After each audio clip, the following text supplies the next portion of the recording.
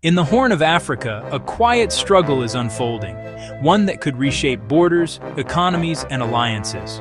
Ethiopia, a nation of over 120 million people, has no coastline.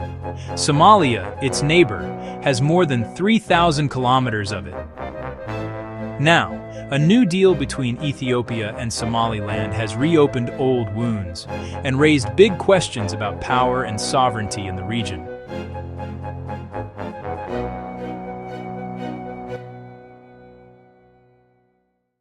In 1993, Ethiopia lost its coastline when Eritrea became independent. Since then, nearly all Ethiopian trade has passed through one route, the port of Djibouti. That dependence costs Ethiopia over $1 billion every year in port fees. For decades, Addis Ababa has searched for alternatives through Sudan, Kenya, or Somalia, but none have worked, until now. In January 2024, Ethiopia signed a Memorandum of Understanding with Somaliland, a territory that declared independence from Somalia in 1991 but remains unrecognized internationally. The deal would give Ethiopia access to the Red Sea through a leased area near Berbera, where it could build a naval base and commercial port facilities. In exchange, Ethiopia hinted it could formally recognize Somaliland's independence, something no other country has done.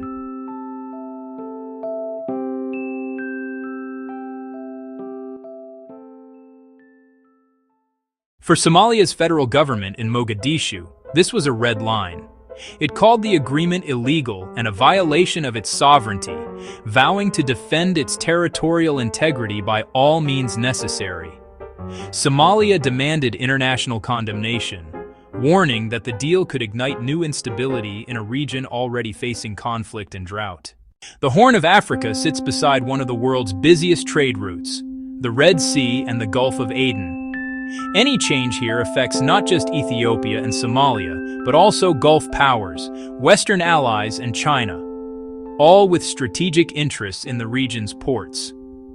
Diplomats from the African Union and IGAD have urged both sides to de-escalate and return to dialogue. But for Ethiopia, the issue is existential.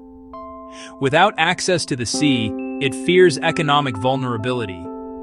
For Somalia, it's about sovereignty and the fear of losing control over its territory. Whether this dispute leads to cooperation or confrontation will define the Horn of Africa's next chapter.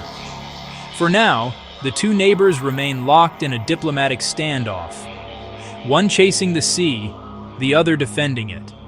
And as history shows, in this region, the sea is never just water, it's power, identity, and survival.